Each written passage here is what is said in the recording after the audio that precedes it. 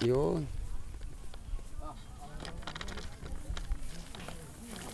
Ayan, nandito tayo ngayon sa isang mga palayan ng mga magsasaka ng SRI. Sa Cambodia may tatlong klase na nag-SRI. Isang SRI na nagke-chemical, tinatawag nilang conventional SRI. Karon may nag-organic, yung organic SRI. At yung mga SRI na nagtatanim ng mga babango at dekalidad na mga palay na katulad nito. Ito isang traditional na Cambodian rice at ito ay itinatanim. Ang natutunan natin dito ay hindi pala ang SRI yung pahalaparan, no, ng lawak ng spacing, kundi mahalaga pinag-uusapan ng spacing na nakadepende. Ang stricto dito ay yung isa-isang pagtatanim ng palay, hindi baling malalapit. Ang mahalaga ay isa-isa at nakadepende sa variety ng palay na itinatanim. Napakadepende rin ito sa panahon. At ang mapapansin niyo, mas mataas pa ang palay nito sa akin.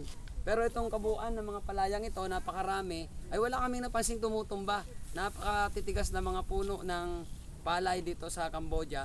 At ito, at mapapansin din nyo, isang kapansin-pansin, wala kang makikitang mga insekto dito sa palayan dahil mga sinasabi nila, hindi gumagamit dito ng mga chemical na pestisidyo. So ito yung sa mga natuklasan nating maganda sa SRI dito sa Cambodia.